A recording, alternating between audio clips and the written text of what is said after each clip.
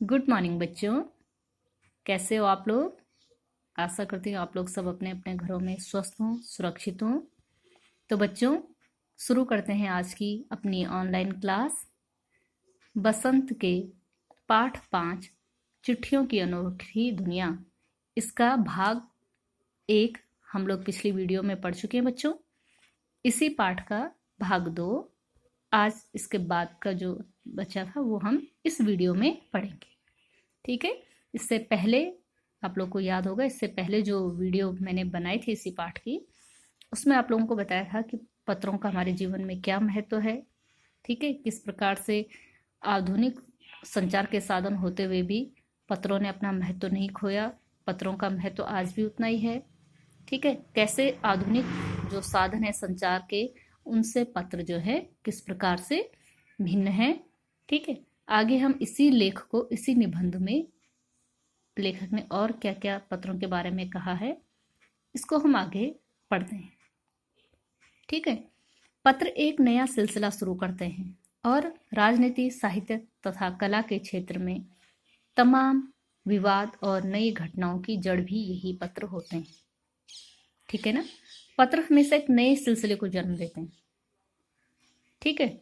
और कोई भी क्षेत्र हो, चाहे वो राजनीति का क्षेत्र हो, चाहे साहित्य का हो या कला का क्षेत्र हो, या फिर कोई विवाद हो या कोई नई घटना हो, उन सभी की जड़ भी पत्र ही होते हैं। मतलब उन सब का शुरुआत पत्रों से ही होती है। जैसे राजनीति में पत्रों द्वारा एक दूसरे को जो संदेश भेजे जाते हैं, या कोई जो है सरकारी जो आदेश होते हैं वो पत्रों के माध्यम से, सरकारी दस्तावेज जिनको हम बोलते हैं, है ना। साहित्य के क्षेत्र में एक दूसरे को पत्र लिखे जाते हैं। ठीक। कला के क्षेत्र में, है कि नहीं। और दुनिया का तमाम साहित्य पत्रों पर ही केंद्रित है। जितने भी जो साहित्य हैं अधिकतर जो है पत्रों पर केंद्रित है, क्योंकि पत्रों से जानकारी लेके उस विषय को जो है केंद्र मानकर उस पर साहित्यों की रचना की गई।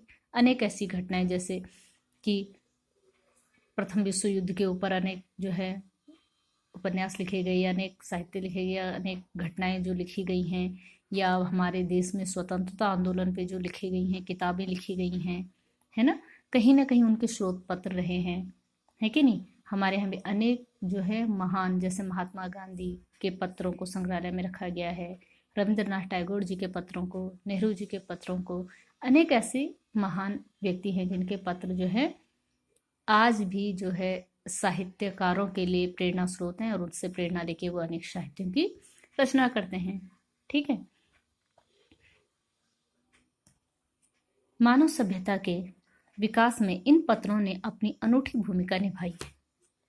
जैसे जैसे मानव का विकास आगे बढ़ता गया, पत्रों ने भी जो है इनके विकास में अपनी अनूठी भूमिका निभाई है। ठीक है। पत्रों को कई नामों से, जैसे उर्दू में खत, चिट्ठी, संस्कृत में पत्र, कन्नड़ में कागज, तेलुगु में उत्तरम, जाबू और लेख तथा हिंदी में पाती व तमिल में कड़िद कहा जाता है। ठीक है। पत्रों को हर अलग अलग भाषाओं में अलग अलग नामों से पुकारा जाता है। जैसे अभी हमने देखा कि उर्दू में खत और चिट्ठी भी बोलते हैं, संस्कृत में हम पत्र बोलते हैं, और कन्नड़ में इनको कागज, कन्नड़ में कागज, तेलुगु में उत्तरम, जाबू, लेख, ठीक है, इन नामों से पुकारा जाता है। वहीं हिंदी में इन्हें पाती भी कहा जाता है। ठीक है। और तमिल में क्या बोला जाता है? कड़िद। ठीक है। कहने का मतलब ये हुआ कि पत्र, चाहे किसी भी भाषा में पत्र को चाहे कुछ भी बोला जाए, पत्रों का अपना ही एक महत्व है, चाहे वो किसी भी भाषा में लिखे जाए, है ना। पत्र लेखन की कला को विकसित करने के लिए डाक व्यवस्था के सुधार के साथ साथ पत्र संस्कृति को विकसित करने के लिए भी स्कूली पाठ्यक्रमों में पत्र लेखन को शामिल किया गया। ठीक है। पत्रों की संस्कृति को विकसित करने के लिए जीवन में इनके महत्व को देखते हुए क्या क्या डाक व्यवस्था में तो सुधार किया ही गया, है ना। इसके साथ साथ क्या किया गया? स्कूली पाठ्यक्रम, जो आप लोगों का सिलेबस है ना, उसको स्कूली पाठ्यक्रम बोलते हैं, उसमें पत्र लेखन को भी शामिल किया गया। अनेकों प्रकार के पत्र हम लोग लिखते हैं ना, औपचारिक, अनौपचारिक पत्र। ठीक है। अनेकों प्रकार के पत्रों को एक इसको पाठ्यक्रम का एक अंग बनाया गया कि कैसे जो है बच्चे पत्र लिखें। औपचारिक पत्र कैसे लिखे जाएंगे, अनौपचारिक पत्र कैसे लिखे जाएंगे, ठीक है। स्कूली पाठ्यक्रम में पत्रों लेखन का विषय भी शामिल किया गया। विश्व डाक संघ की ओर से 16 वर्ष से कम आयु वर्ग के बच्चों के लिए पत्र लेखन प्रतियोगिताएं आयोजित की गई और साथ साथ क्या है, इसको और विकसित करने के लिए बच्चों का इसमें जो है उत्साह बढ़ाने के लिए, उनका ध्यान इस ओर आकर्षित करने के लिए क्या क्या 16 साल से कम उम्र के आयु के बच्चों के लिए क्या क्या पत्र लेखन की प्रतियोगिताएं आयोजित करने का सिलसिला कब हुआ? 1972 से शुरू किया गया, ठीक है। 1972 में क्या किया गया, इस कला को और ज़्यादा विकसित करने के लिए क्या क्या बच्चों में इसके प्रति और आकर्षण पैदा करने के लिए, इस विषय के और रोचक बनाने के लिए 16 साल से कम आयु वर्ग के बच्चों के लिए क्या क्या पत्र लेखन की प्रतियोगिताएं जो है आयोजित की गई। ये सिर्फ भारत में नहीं, पूरे विश्व में इस तरह की प्रतियोगिताएं आयोजित की गई, ठीक है। चिट्ठियों की जगह कभी फैक्स, ईमेल, टेलीफोन तथा मोबाइल नहीं ले सकते। जो संचार के आधुनिक साधन हैं, ये कभी भी जो है चिट्ठियों की जगह नहीं ले सकते। क्यों नहीं ले सकते? क्योंकि जितना प्रेम और अपनापन हमें पत्रों में लिखे एक एक शब्द द्वारा मिलता है, वह इन विकसित संचार के साधनों द्वारा नहीं, है ना।